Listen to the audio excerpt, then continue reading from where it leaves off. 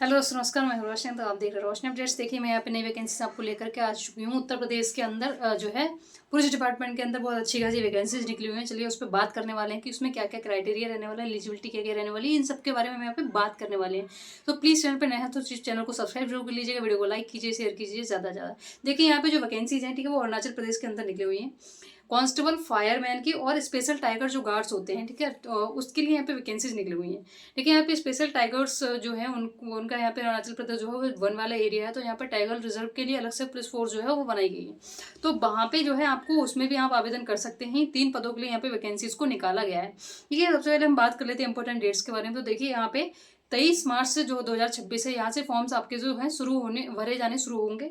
और साथ ही साथ इसका जो लास्ट डेट है, ठीक है, वो 10 मार्च जो है वो आपका, सॉरी, 10 अप्रैल जो है वो रहने वाला है। अप्रॉक्स जो है ज़्यादा दिन नहीं मिलने वाले हैं यहाँ पे आपको, 17 दिन लगभग आपके पास है। ठीक है, तो इस दौरान आपको अपना फॉर्म यहाँ पे फिल कराना है। अब बात कर लेते हैं एप्लीकेशन फीस की। तो देखिए यहाँ पे जितने भी कैंडिडेट्स जनरल कैटेगरी से आते हैं, वो जितने भी अदर कैंडिडेट्स हैं, देखिए अदर स्टेट्स हैं जो भी अप्लाई करेंगे, तो उनको भी वो भी जनरल में काउंट होंगे। तो 200 रुपये यहाँ पे आपको पे करने होंगे। अगर हम बात कर लेते हैं अदर कैंडिडेट्स की, जैसे जो अरुणाचल प्रदेश से बिलोंग करते हैं, वहाँ के डोमिसाइल निवासी हैं, ठीक है, तो वहाँ पे आपको 150 पे करना है। अब बात कर लेते हैं यहाँ पे आगे जो नेक्स्ट स्टेप है उसके बारे में, एज लिमिट की। देखिए सबसे ज़्यादा इंपॉर्टेंट है ये रहने वाला कि बहुत ज़्यादा बच्चों को डाउट रहता है कि एज लिमिट क्या रहने वाली, मैम अप्लाई तो हम कर सकते हैं। ठीक है, तो देखिए यहाँ पे एज लिमिट की अगर हम बात करें तो 18 से 22 साल कांस्टेबल पद के लिए आपकी एज यहाँ पे होनी चाहिए।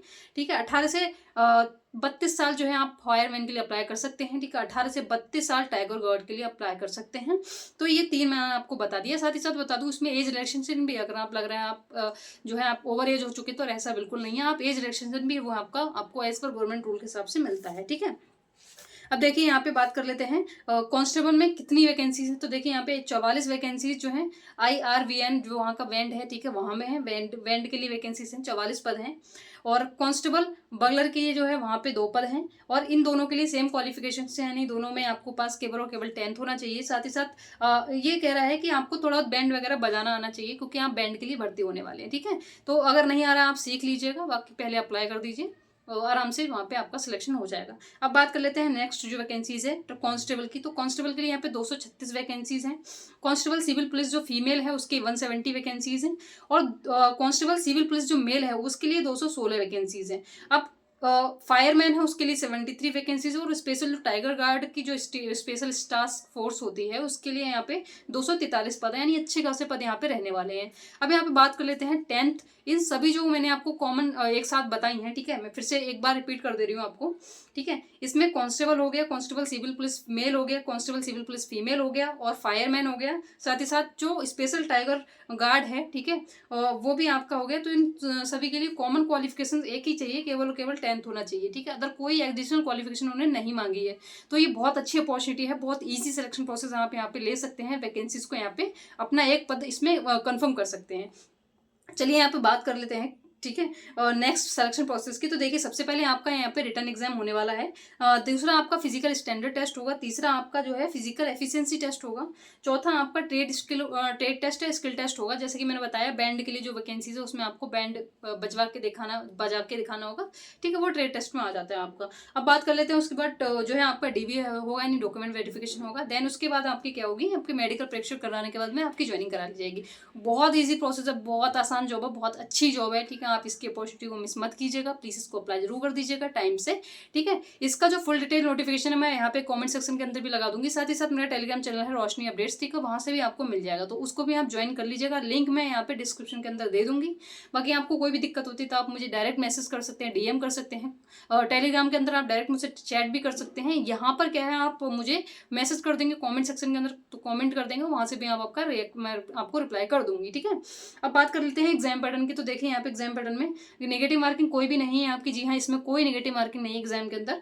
और इसकी जो टाइम ड्यूरेशन है वो 3 घंटे 180 मिनट आपको यहाँ पे मिलने वाले हैं। अच्छी खासी ड्यूरेशन है टाइम की। ठीक है, और देखिए यहाँ पे जनरल नॉलेज के 50 क्वेश्चन है, और जो कि 100 नंबर आपको देके जाते हैं। एक क्वेश्चन 2 नंबर का है। एलिमेंट्री जो मैथमेटिक्स है आपके 50 क्वेश्चन है 100 नंबर के, यानी एक क्वेश्चन आपका 2 नंबर का हो गया। जनरल नॉलेज के आपके 50 क्वेश्चन 100 नंबर। ठीक है, टोटल आपका जो हो जाता है वो 150 क्वेश्चन हो जाता है 300 नंबर के लिए। ठीक है, तो ये होता है। अब बात कर लेते हैं PPST में क्या होने वाला है। तो देखिए जितने भी जनरल कैंडिडेट्स हैं, ठीक है, और जो आपका उसमें 165 हाइट चाहिए होती है मेल्स के लिए और 157 चाहिए होती है फीमेल्स के लिए। जो मेल है उनकी चेस्ट मांगी है 179 और 84, ठीक है, फुला करके 84। तो ये है APST यानी अदर डिस्ट्रिक्ट्स के जो रहने वाले हैं कैंडिडेट्स, उनके 160 सेंटीमीटर है और 152 सेंटीमीटर जो है यहाँ पे क्या है और हाइट मांगी गई है, ठीक है। और बाकी जो चेस्ट वाला है उसमें सेम ही है आपका 79 और 84, ठीक है। अब बात कर लेते हैं जो एक्स सर्विसमैन है उनके लिए जो हाइट है वो मेल्स के लिए 157 सेंटीमीटर रहने वाली है, फीमेल्स के लिए कोई हाइट नहीं मांगी है इन्होंने, ठीक है। ST जो स्पेशल टाइगर गार्ड है उसके लिए 163 सेंटीमीटर मेल्स के लिए और 150 सेंटीमीटर क्या है मेल्स के लिए है, फीमेल्स के लिए सॉरी। और यहाँ पे आपका 79 84 यहाँ पे चेस्ट भी मांगा है, लेकिन वो केवल मेल्स के लिए है सभी में, ठीक है। और उसके बाद STG स्पेशल टाइगर जो गार्ड है उसमें मेल्स के लिए जो है 157 152 और जो इससे पहले मैंने बताया था वो जनरल कैंडिडेट्स के लिए था, ठीक है। और 145 जो है वो फीमेल्स के लिए रहने वाली है। तो ये भी मैंने आपको बता दी है। एफिशिएंसी टेस्ट की बात कर लें तो देखिए यहाँ पे सबसे पहले 100 मीटर की रनिंग होने वाली है। 100 मीटर की रनिंग आपकी जो मेल्स हैं वो 16 सेकंड में कवर करनी होगी और फीमेल्स को 19 सेकंड के अंदर कवर करनी होगी। 1500 मीटर की रनिंग होगी जिसमें 8 मिनट में मेल्स को, और फीमेल्स के लिए यहाँ पे 1500 मीटर की नहीं है, 800 मीटर की रनिंग है, ठीक है। 800 मीटर की फीमेल्स के लिए है, 1500 मीटर की मेल्स के लिए है। 800 मीटर में 5 मिनट जो है रनिंग करनी पड़ेगी, 5 मिनट के अंदर आपको जो है क्लियर करनी पड़ेगी रनिंग। हाई जंप जो है मेल के लिए 107 सेंटीमीटर की रहने वाली है और हाई जंप जो फीमेल्स के लिए है वो 90 सेंटीमीटर की रहने वाली है।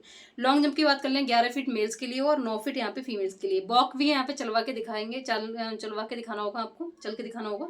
जो 25 किलोमीटर पर 4 घंटे में आपको जो है कवर करने हैं मेल्स के लिए और 14 किलोमीटर 4 घंटे में फीमेल्स के लिए कवर करने हैं। साथ ही साथ बता दें कि 100 मीटर के यहाँ पे वेट के साथ भी आपको चलना होगा 10 किलो का आपको वेट लेकर के, लेकिन ये फायरमैन के लिए है केवल। अगर आप फायरमैन के लिए अप्लाई करते हैं तो आप यहाँ पे आपको ये प्रोसेस करना होगा। 1 मिनट के अंदर आपको 10 किलोग्राम का वजन लेकर के 100 मीटर चलना है ये, ठीक है। ये मेल्स के लिए है मतलब, और रोप क्लिम्बिंग भी ये भी मेल्स के लिए, फीमेल्स के लिए इन दोनों में से कोई क्राइटेरिया नहीं है, कोई एलिजिबिलिटी नहीं है, ठीक है। तो मैंने आपको बता दिया। बाकी आपको कोई भी डाउट लगता है तो प्लीज़ चैनल को सब्सक्राइब जरूर कर लीजिएगा और कमेंट सेक्शन के अंदर कमेंट कर दीजिए, समस्या के समाधान मेरे पास है, ठीक है। मिलते हैं नेक्स्ट वीडियो में, तब तक के लिए जय हिंद, बाय बाय।